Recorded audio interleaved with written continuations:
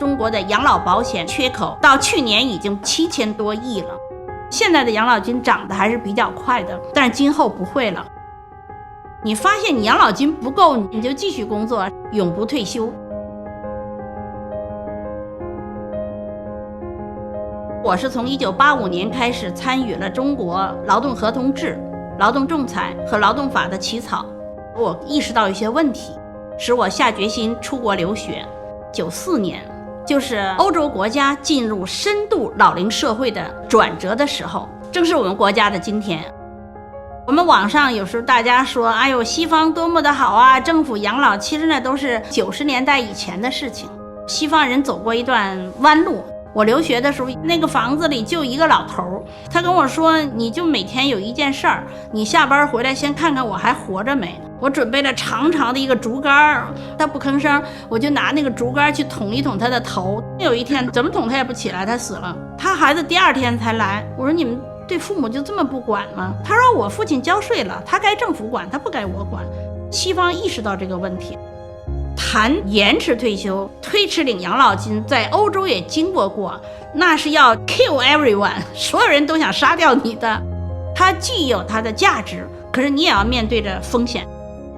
2012年，针对中国老龄化和养老金的问题，我写了一篇文章，谈养老金的早减晚增的领取机制改革问题。不良媒体吧，从当中就抓了一段话，说50岁退休，65岁再领养老金，这15年跑到养老院去做义工，搞得这个网上引起了轩然大波。我们清华大学所有对外的电话全部被打爆了。但是这个问题呢，后来逐渐引起人们重视了，因为你不能说为了老人早退休多领养老金，就让企业无限制的去交税，五险一金占工资40%，你说企业还能用得起人吗？2013年，我们的财政部第一次公开发布中国的养老保险当年缺口1540亿，到去年已经7000多亿了。我们的养老保险是工作的一代人交钱，给退休的一代人发钱。但是中国人口出生率1963年就出现了一个高峰，升到80年就生出了3.7亿人口，学术上把这个叫婴儿潮。今年2022年，他们陆续进入60岁了，而我们的年轻人在减少，交钱的人少，领的人多，所以很多地方出现了当期的缺口。黑龙江养老金的收入连6个月都不到，它完全要靠这个国家补贴。世界银行的养老金专家组发了一个关于应对老龄危机的一个报告，主要的措施就是3支柱，就是鸡蛋不能放一个篮子里。我们现在运行的政府兜底的基本养老保险，它顶多能跟着通货膨胀走。第2个篮子就是企业年金，其实越来越多的企业做不到。有前途的还是第3支柱，大力发展个人养老金。年轻人喜欢的是信托，我的养老金资产搁在养老金账户里，还我来管，需要你金融机构代我理财，只要你进养老金账户里，税收减免，甚至延期征税，这个得锁定，就是你得到退休再用。当然，家里遇到大灾难了，可以临时取出。当一个国家刚进入老龄社会的时候，其实做的都是一样的事儿。英国是退休的时候，一看你账户钱不多，给你笔养老贷款。德国、日本这样的进入超级老龄社会了，日本现在提出来的永不退休，你每个人要做自己个人的养老金规划。你发现你养老金不够，不要停下来，你就继续工作。婴儿潮的这一代人，大部分1个孩子，还有相当多的呢，孩子不在身边。到了32年呢，就70岁以上了，阿尔茨海默症、老年失智发生的比例就在上升，几乎家家都会有。赡养确实是个问题，人们生活在社区里了。这是我们说养老的模式叫居家养老，有2种社区，一种呢就是居民社区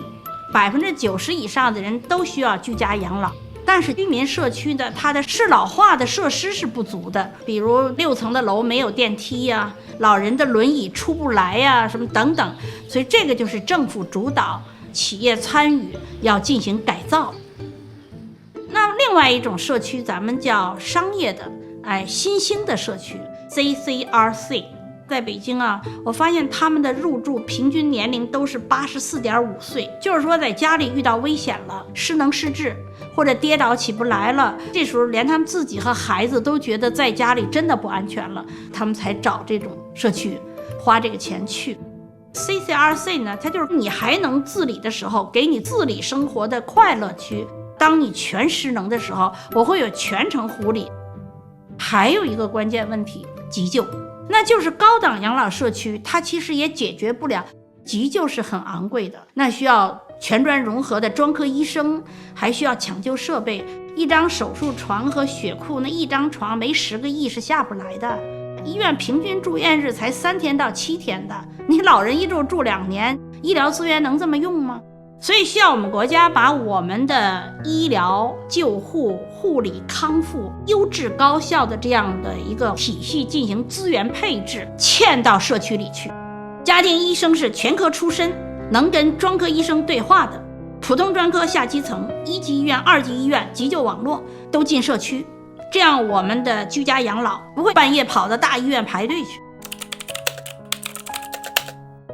我从来都不同意说延迟退休，有能力没能力的人一起延，这没有道理的。一个人什么时候退出劳动力市场，应该自己决定。现在平均养老金也3000多元了，提前的人我领2000，退后的人我领4000、5000，这叫早减晚增的养老金领取机制。要学会终生自立，税少了，养老金涨得慢了，你长寿了不够了，所以你就要努力工作，提前来做自己的养老规划，让自己的养老金够，要有良好的知识结构，及时的做自己的健康管理，